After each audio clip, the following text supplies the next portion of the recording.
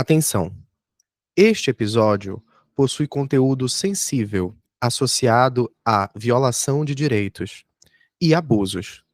Se você é sensível a estes temas, recomendamos não prosseguir ouvindo este episódio.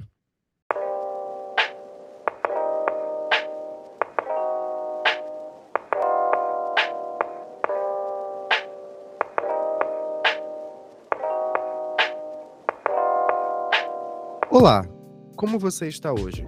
Seja bem-vindo à nossa Sessão Marcada, um podcast que discute temas em psicologia e saúde mental, com o objetivo de informar a sociedade sobre esses temas e auxiliar no combate à desinformação e à pseudociência. Meu nome é Rafael Mendes e meu colega neste podcast é o João Estevão. Ambos somos psicólogos e idealizadores deste projeto. E o nosso tema hoje é Constelações Familiares, uma pseudociência mascarada de justiça restaurativa.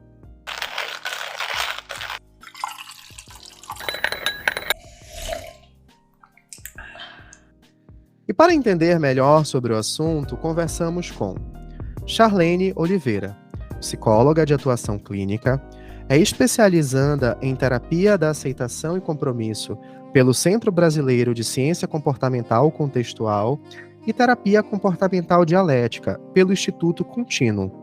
Além de clinicar, nossa convidada faz parte do Clube de Excelência em Psicologia Baseadas em Evidências e integra o projeto Para Sentir a Revolução, voltado para mães solo em estado de vulnerabilidade. Nossa convidada teve experiência com constelações familiares e abandonou a prática. E conversamos também com a professora Cássia Preto. É psicóloga formada pela UEL. Possui mestrado em Psicologia e Saúde.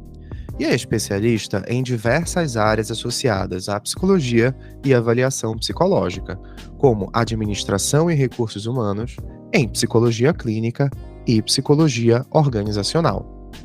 Nossa convidada atua no Tribunal de Justiça do Estado de São Paulo, em Araçatuba. É autora do livro de referência em concursos de psicologia, o livro Laudo Psicológico. Atua também como docente em pós-graduações de psicologia jurídica, ministrando disciplinas como perícia psicológica. Charlene, seja bem-vinda ao Sessão Marcada. É um enorme prazer te ter aqui hoje. Olá, obrigada. O prazer é todo meu de estar aqui para falar sobre esse assunto extremamente delicado e importante.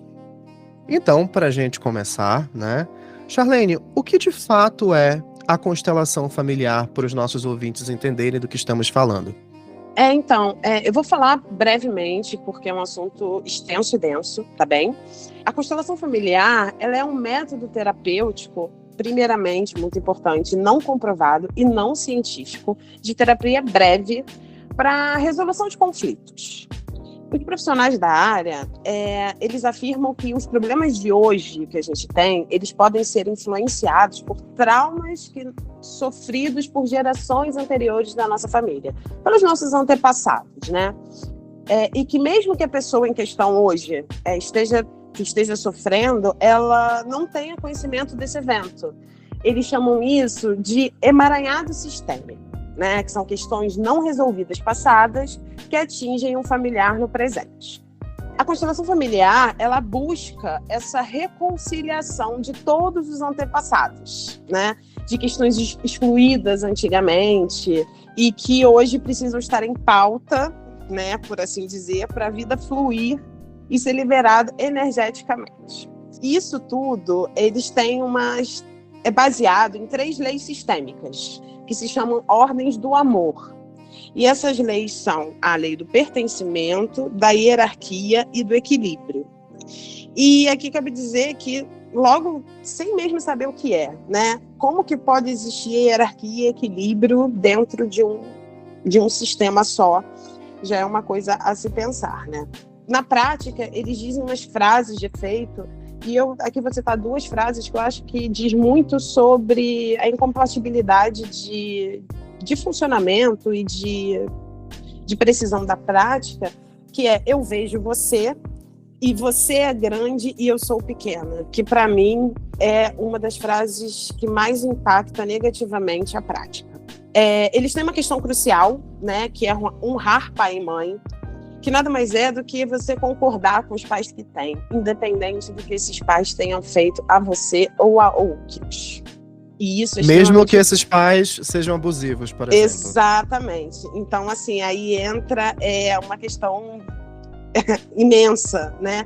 Que você precisa honrar o pai que tem, mesmo que o pai seja um assassino, ou um abusador, ou enfim, várias coisas horríveis que a sociedade vê todos os dias, né? Então, independente disso, a prática diz que você precisa honrar o seu pai e sua mãe, independente disso, né?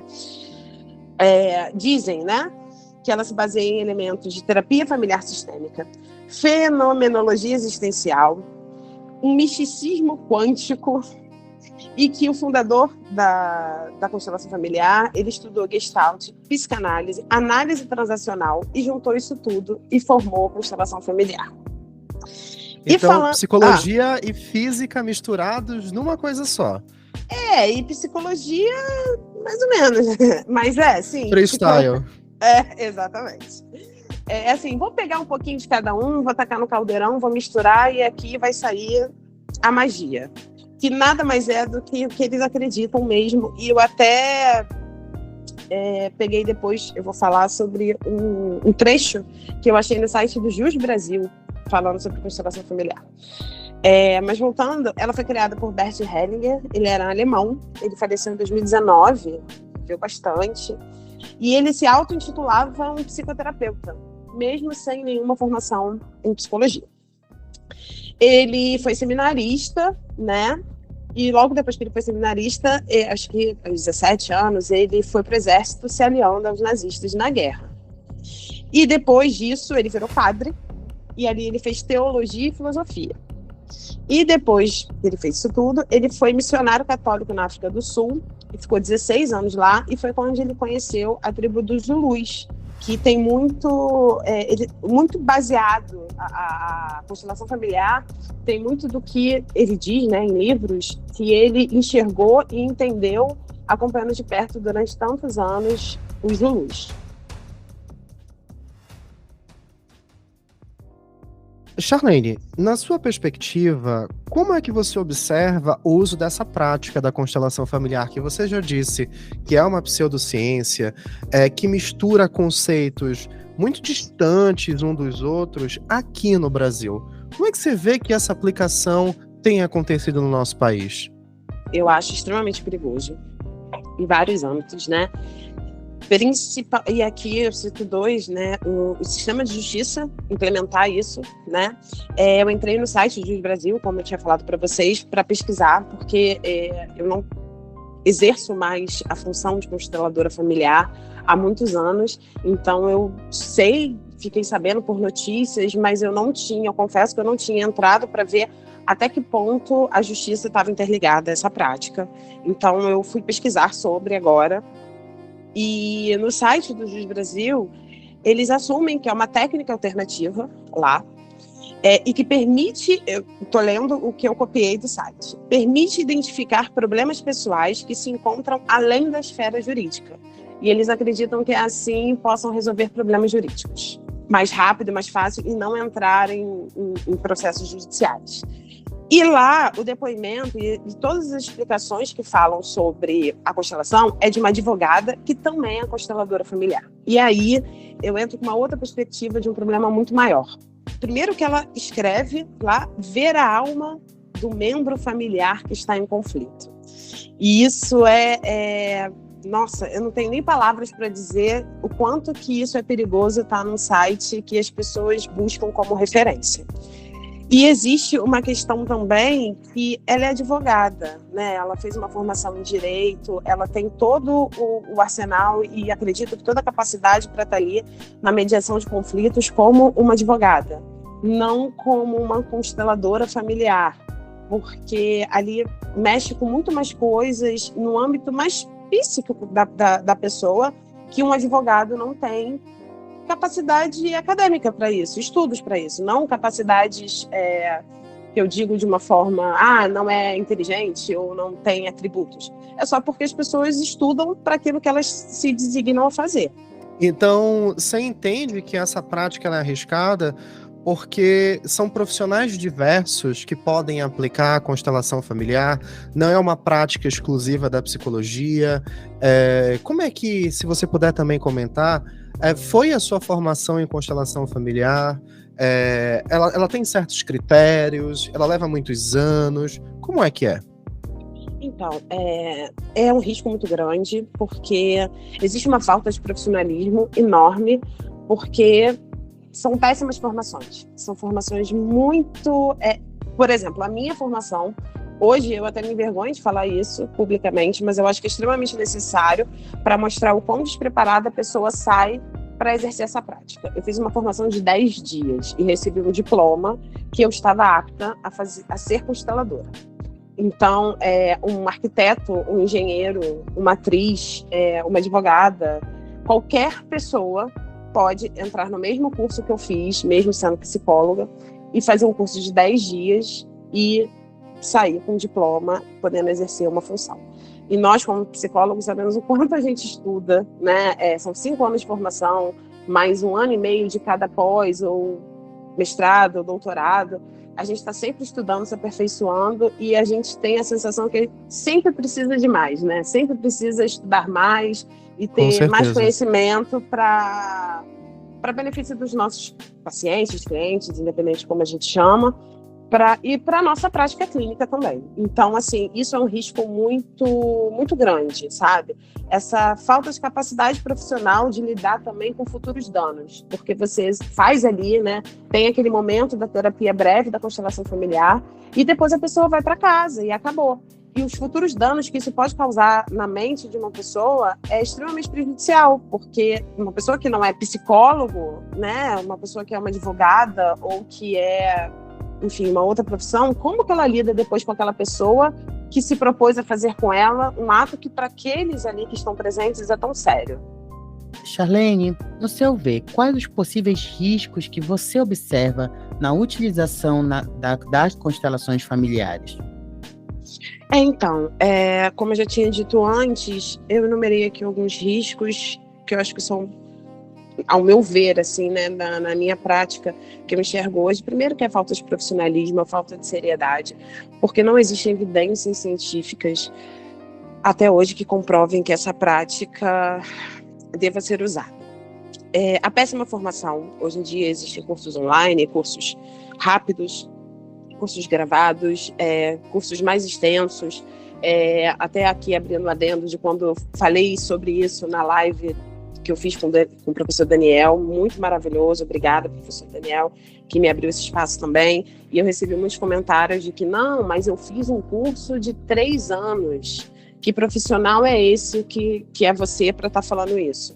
Eu estou dentro daqueles profissionais que pagaram um curso de 10 dias e que recebeu o mesmo certificado de uma pessoa que fez um curso de 3 anos. Então, aí a gente vê um risco enorme da quantidade de profissional que tem hoje no mercado fazendo isso, sem a mínima experiência e sem o mínimo conhecimento de causa. Eu acho que são esses os piores riscos, possíveis riscos que eu consigo enumerar para vocês.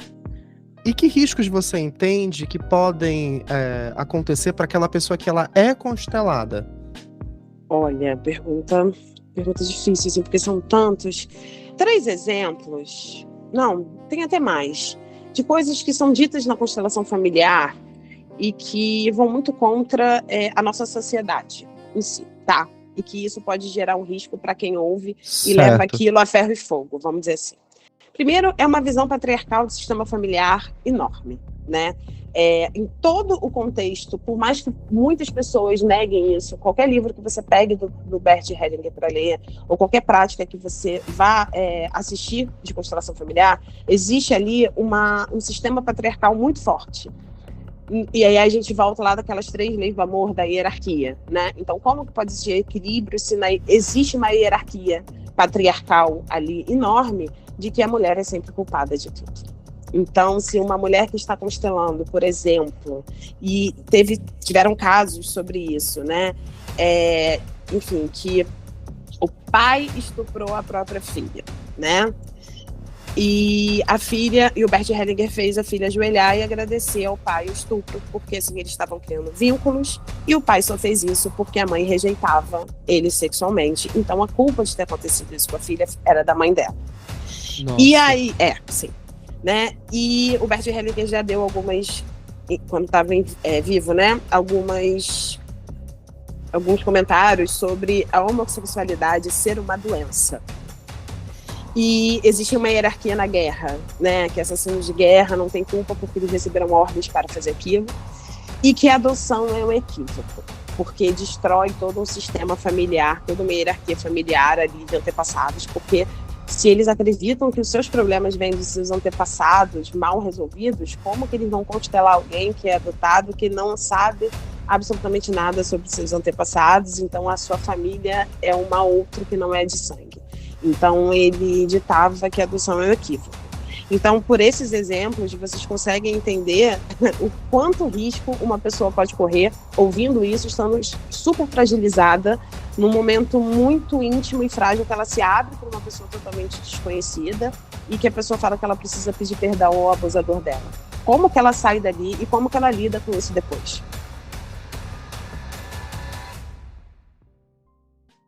Eu, como psicólogo de atuação jurídica, só consigo ver uma prática que fere os próprios direitos fundamentais do indivíduo, né? Direito à adoção, ou aquela criança que pode ter o acesso a uma família que vai garantir todos os direitos que aquela criança, aquele adolescente tem. Pessoas com direito de casar, que pagam impostos, independente da sua manifestação de amor ou de orientação sexual. Então, uma prática inserida na justiça que fere os próprios direitos fundamentais do indivíduo. Né? Exatamente, concordo plenamente com você. Charlene, eu gostaria de saber em que momento você decide ou entende que deveria se afastar das suas atividades como consteladora. Qual foi o ápice, o pivô da sua decisão? Esse é um assunto muito delicado, como eu tinha dito para vocês em off, né, antes da gente fazer a gravação. Vocês não precisam cortar essa parte, tá?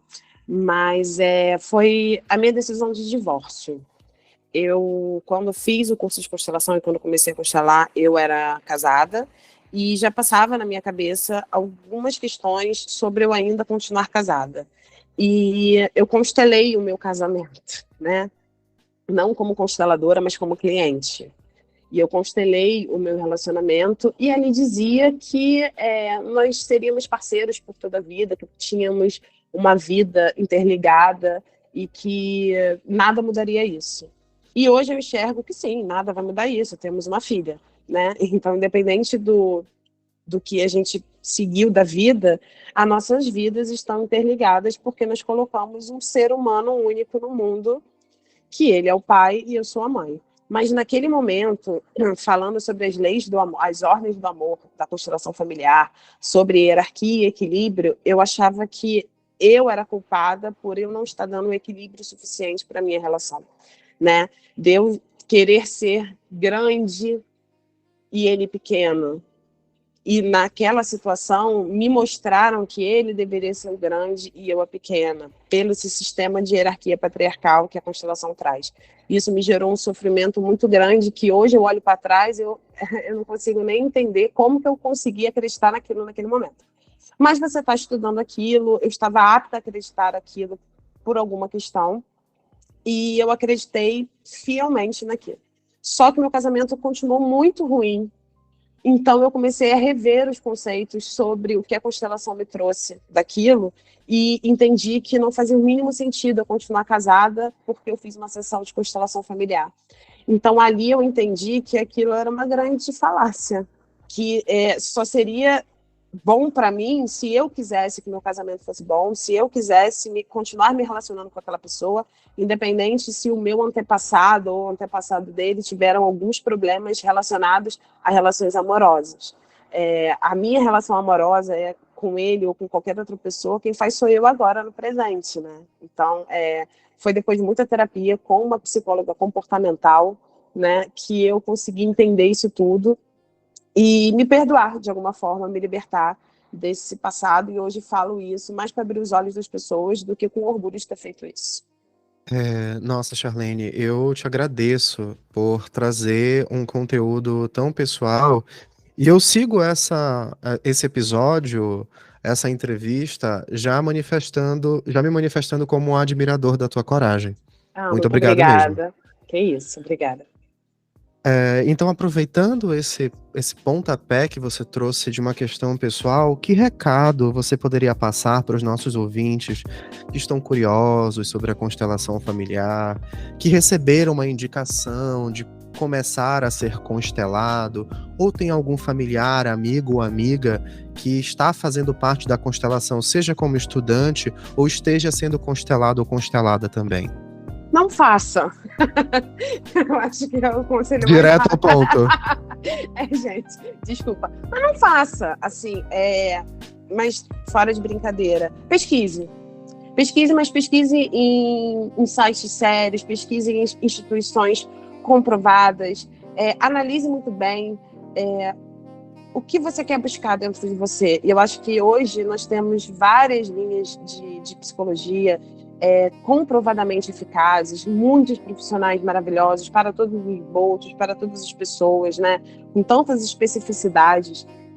Existe o clube de excelência, né, em psicologia baseada em evidências, e que ali você consegue enxergar o quanto a evidência em psicologia ela é necessária. E a cada dia mais existem mais e mais e mais estudos sobre isso.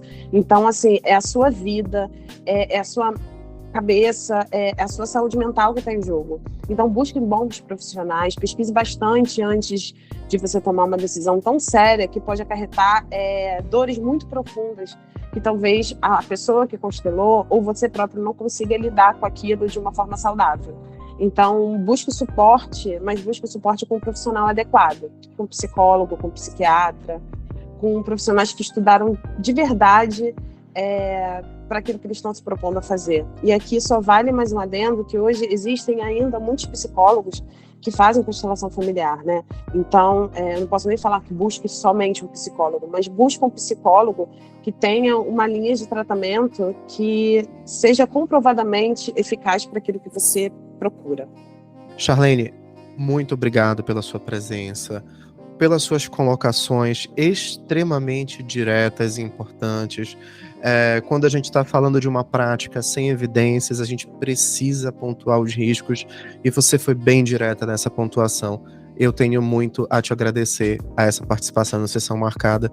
Esperamos contar com você futuramente em outro episódio. Eu agradeço também a oportunidade de falar sobre isso mais uma vez e de uma forma mais madura, né? Com mais coragem. E certa que eu estou fazendo o bem para muita gente falando isso e abrindo os olhos de pessoas que possam estar na dúvida. Agradeço muito a oportunidade e sim, espero estar aqui em outro contexto e participar sempre do podcast. Muito obrigada pelo convite.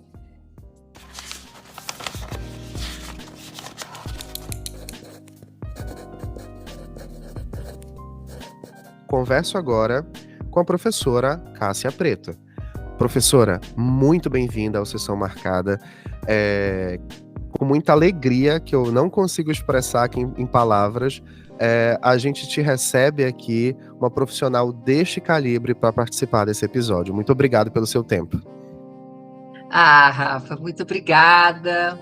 Eu fico muito lisonjeada com o convite, gostei muito da gente poder conversar um pouco desse campo que a gente trabalha, que é a justiça, né? A psicologia na justiça, ainda a gente pode considerar um campo novo, mas em desenvolvimento, como é o caso da gente falar justamente da justiça restaurativa. Muito obrigada pelo convite e é um prazer mesmo estar aqui com você.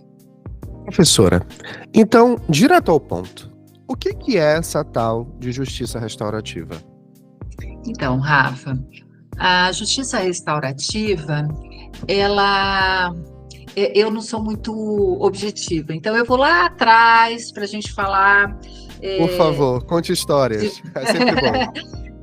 De algumas práticas que foram sendo construídas, principalmente Canadá, Estados Unidos e Nova Zelândia. Nova Zelândia é um é um país assim que se consolidou, que nasceu a justiça restaurativa e é muito forte até hoje, com práticas muito bem estruturadas, né? Então a gente já tem mais de 40 anos que a gente tem a justiça restaurativa, né? Então começa com tradições locais, indígenas, de povos de aborígenes, enfim. Por exemplo, lá na Nova Zelândia, né, de comunidades maori, e aí onde a comunidade lidava com conflitos, muitas vezes o que hoje a gente entende como crime, por exemplo, né? Então, como que os locais, as pessoas da comunidade lidavam com uma justiça que é uma justiça de cuidar, inclusive, das comunidades, das pessoas, né? Na nossa justiça tradicional, a vítima, né? Então, imagine um crime. Você tem o seu vizinho pula um muro e, por exemplo, um vizinho adolescente pula um muro, rouba um computador da sua casa, por exemplo, uma máquina fotográfica da sua casa, tá? Teu vizinho, por exemplo, né? Então, muitas vezes, são pessoas que vivem próximas e que, no sistema tradicional, você dá a queixa-crime, faz o BO e a vítima desaparece. Se eles acharem o seu computador, ele é devolvido para você. A pessoa que fez o furto, ela vai responder no sistema de justiça, se for um adolescente, por exemplo, ele vai responder como adolescente dentro de um sistema de garantia de direitos e tal, mas ele pode prestar serviços à comunidade e questões mais graves, ele pode ser internado, né, com medida socioeducativa em meio fechado, mas a vítima, né, por exemplo, ela pode receber o computador formatado, sem as fotos dela. Isso não importa para a justiça. Com a justiça restaurativa, eu vejo que uma das grandes questões, né, é que ela insere a vítima dentro de todo esse contexto de restauração.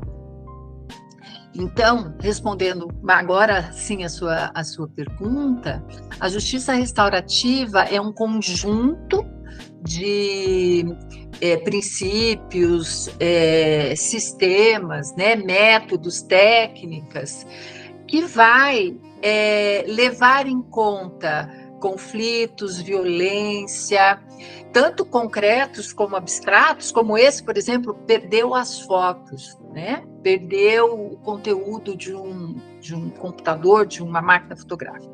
É virtual, né? Assim, eletrônico, acabou, não tem mais. Então, ela pressupõe a participação do ofensor. Quando tem a vítima, então a vítima é incluída, os familiares, e os familiares tanto do ofensor quanto da vítima, pessoas da comunidade e facilitadores. Então, os facilitadores são pessoas treinadas nessa construção de círculos de paz, porque isso vai fazendo parte de um método de trabalho, onde tem todo um ordenamento de como fazer, né? Mas todos terão voz, poderão falar e se expressar, buscando a restauração, podendo, assim, um empoderamento também da comunidade, visando uma reparação de danos e também além do que a gente tem hoje no nosso sistema tradicional, porque ela vai recompor um tecido social. Por exemplo, nesse exemplo que eu citei, seriam duas pessoas muito próximas e eles provavelmente continuem vizinhos. Então, como que isso pode ser tratado nos círculos de paz da justiça restaurativa. Então, isso vai ter consequências já provadas, já estudadas e empíricas também, na prática, né? Porque aqui no Brasil também já temos há algum tempo, então a gente já tem estudos hoje comprovando eficiência e com potencialidade para muitos casos, tipos de casos. E, professora, aonde que a psicologia pode desempenhar um papel dentro da justiça restaurativa aqui no Brasil? Então, eu vejo o psicólogo com uma condição de trabalhar em várias frentes, tá? Por quê? Então, falei que eu não sou objetiva, vou voltar um pouquinho. Aqui no Estado de São Paulo, então eu sou do Tribunal de Justiça do Estado de São Paulo, sou psicóloga aqui. A justiça restaurativa, o Estado de São Paulo foi um dos pioneiros, junto com Rio Grande do Sul e Distrito Federal. Foram os três tribunais que iniciaram projetos até antes de resoluções do Conselho Nacional de Justiça. Então, aqui no Estado de São Paulo é um dos pioneiros, né?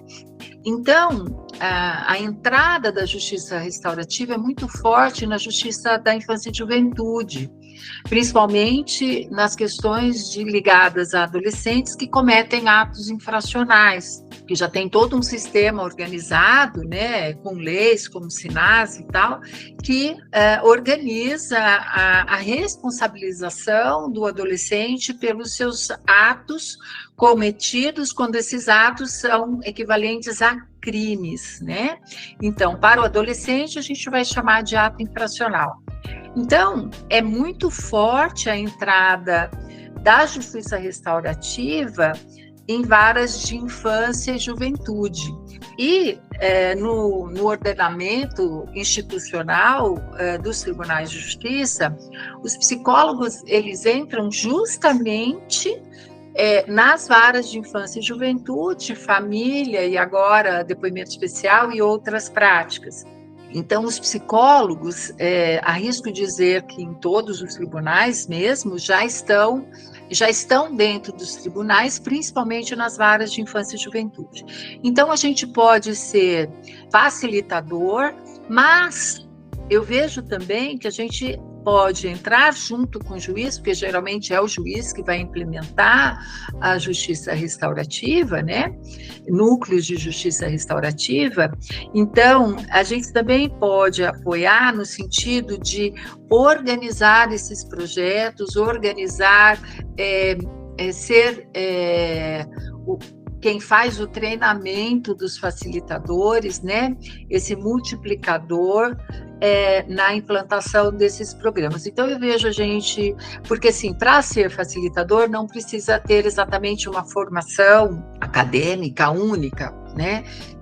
Pode ter várias, pode ser advogado, psicólogo, assistente social, enfim... N possibilidades, né? Mas precisam ser pessoas treinadas, né? Capacitadas para lidar com essa dinâmica que na prática são os círculos de construção de paz. Então, eu vejo a gente com muitas possibilidades e mesmo no campo penal, que aí seria criminal, né, que seria para adultos, eu vejo também uma possibilidade. Que aí eu vejo também uma questão institucional, porque às vezes a gente não está, pelo menos aqui no Estado de São Paulo, a gente não está inserido nas varas criminais para esses fins, então às vezes pode ficar mais difícil. Mas nada que a gente não possa contribuir e trazer mais psicólogos para tantas demandas da justiça. Muito interessante, professora. E pensando nessas tantas demandas, você entende que, pela sua percepção e dia a dia do trabalho, a justiça restaurativa ela está se expandindo pelo Brasil? Sim, está se expandindo. Então, eu falei desses 3 estados, tribunais pilotos, né? Mas hoje ela já está implementada em todos os tribunais, tanto os tribunais de justiça, de trabalho, enfim, em vários federais também, vários tribunais. Temos uma resolução de 2016 do Conselho Nacional de Justiça que vai direcionar esse trabalho da justiça restaurativa. Então, sim, eu vejo que está sendo desenvolvido e implementado aqui no estado de São Paulo, por exemplo. São muitos e muitos núcleos de justiça restaurativas no estado. Todo ano a gente tem capacitação, todo ano a gente tem treinamentos, todos os anos a gente tem seminários internos e externos para a comunidade, mas enfim, então tem um investimento aí de sensibilização, por exemplo, também de magistrados a essa possibilidade, né, de implementação. Então, vejo sim. Você falou de algumas pesquisas que já apresentam certos dados do impacto positivo dessas mediações pela justiça restaurativa, professora. Mas você observa que a justiça restaurativa tem trazido essa solução de conflitos? Você deu um exemplo muito interessante de um vizinho que invadiria a casa do outro vizinho, furtaria algo. Você observa que o agressor e a vítima conseguem entrar numa conciliação e até mesmo continuar sendo vizinhos, aí no exemplo que você deu, pelo seu dia a dia. Tem sido eficaz? Sim, porque, como eu falei, na justiça essa tradicional que a gente tem, uma das questões que eu vejo da importância da justiça restaurativa é a potência para lidar com a reparação de danos, né? Então, nesse caso, por exemplo, onde eu citei um exemplo inventado, né? As fotos perdidas, os arquivos perdidos, eles foram perdidos, né?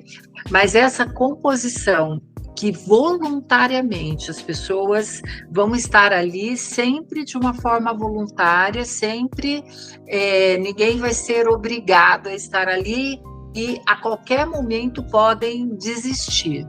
Então, nessa composição, né, que a gente chama dos círculos de construção de paz, pode ser reparado isso que é imaterial.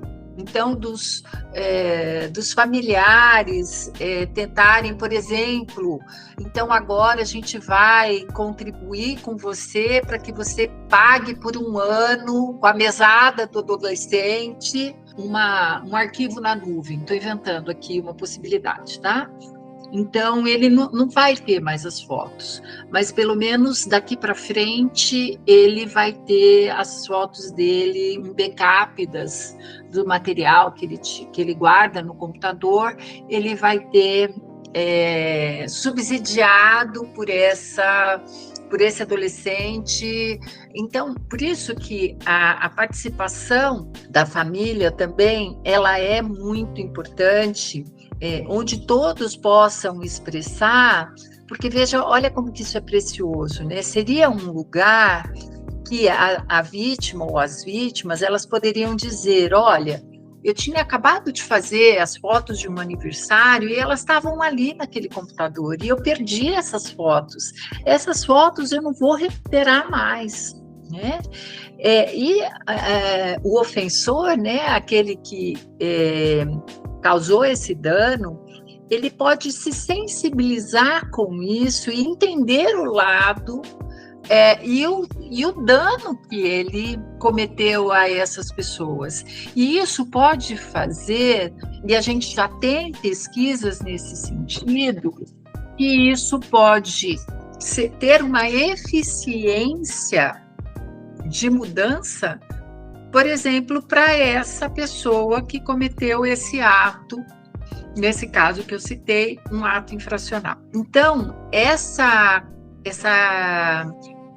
então, as pesquisas que a gente tem, tanto empíricas, né, mas o que eu vejo que eu vejo que é muito rico, é o caso a caso, é quando a gente vê as consequências do que essa forma de lidar proporciona às pessoas que passam por isso, e principalmente as pessoas que estão num caminho criminal, por exemplo, né? E que podem ter uma grande possibilidade de mudança mesmo. Professora, dentro da sua prática na área da psicologia jurídica, você já observou alguma pseudociência se confundindo ou atrelada à justiça restaurativa, como, por exemplo, no caso das constelações familiares? Sim, redondo, sabe, Rafael? As constelações familiares, elas são práticas que não estão incorporadas à psicologia, por exemplo, mas ela se avizinha e se propõe a entrar em campos terapêuticos, mas sem um método que hoje esteja comprovado dentro da psicologia e aceito como uma prática científica. Então, dentro da justiça, as constelações familiares, elas estão presentes. E também eu vejo uma confusão entre o que é justiça restaurativa e constelação familiar. São duas coisas completamente distintas, mas muitas vezes até em reportagens, ou não por cientistas, né, mas principalmente em reportagens, matérias, eu já vi colocarem as mesmas, como se fossem as mesmas coisas, mas falando da justiça restaurativa e de práticas de constelação familiar, como se fosse tudo junto e fosse a mesma coisa. Não é. As práticas restaurativas, ela tem outros propósitos, outra metodologia. Não se confunde com terapia, não se confunde com práticas associadas à terapêutica. A justiça restaurativa é uma proposição de fazer justiça de um outro formato, abarcando áreas, inclusive, como eu disse, por exemplo, da vítima, de levar em consideração a vítima para o sistema de justiça. Porque no sistema de justiça, muitas vezes, nesse sistema tradicional, a vítima, ela não é o Estado que vai defendê-la, ela não participa. E isso é um grande diferencial na justiça restaurativa, e essa possibilidade de que todos possam ter diálogos e criar possibilidades, compondo essas possibilidades de uma forma harmônica e com diálogo, principalmente. Então, por outro lado, as constelações familiares, há uma exposição, muitas vezes, desnecessária das pessoas, de dramas familiares, sendo tratado de forma inadequada para um sistema de justiça, porque, veja, a gente já viu juiz constelador, um juiz que está num papel de um constelador e que proponha uma determinada ação para uma família, por exemplo, em conflito, as pessoas podem aceitar, mas veja, muitas vezes é uma exposição da sua vida íntima, mas continua sendo um juiz determinando algumas ações, né? Imagina os precedentes que isso não podem trazer também, né, professora? Com certeza. Eu vejo como aí, na minha opinião, é grave, né? Eu vejo como formas de lidar, muitas vezes desastrosas, usando uma palavra, na minha opinião, bem forte. Professora, que resposta interessante, que nos acende um alerta muito grande para informar a sociedade que há uma diferença muito clara entre justiça restaurativa e as constelações familiares. Professora Cássia, muito obrigado por nos ceder essa entrevista, nos ceder um pouquinho do seu tempo. Sei o quanto você é solicitada e ocupada, sendo uma referência no Brasil aqui na sua área. Por isso que é com muita alegria que te recebemos aqui. E falo no meu nome e falo no nome do João, que te aguardamos em breve aqui no Sessão Marcada novamente. Obrigado, Rafael. Também muito obrigada, João. Vocês são especiais, um trabalho muito legal, com uma missão muito importante de divulgar práticas científicas respaldadas. E isso é uma contribuição, hoje em dia, muito importante, muito preciosa. Eu fico muito feliz de poder contribuir. Fiquei e estou sempre disponível para vocês. Meu muito obrigada mesmo. Espero que você esteja tendo ou tenha tido um bom dia. Eu, Rafael Mendes, sou o coordenador geral deste podcast. A organização de pautas científicas fica no comando do psicólogo João Estevão e a edição de som e imagem do Vitor Oliveira. O podcast está disponível no Spotify, Google Podcasts e Apple Podcasts. Não deixe de avaliar o nosso programa na sua plataforma de preferência.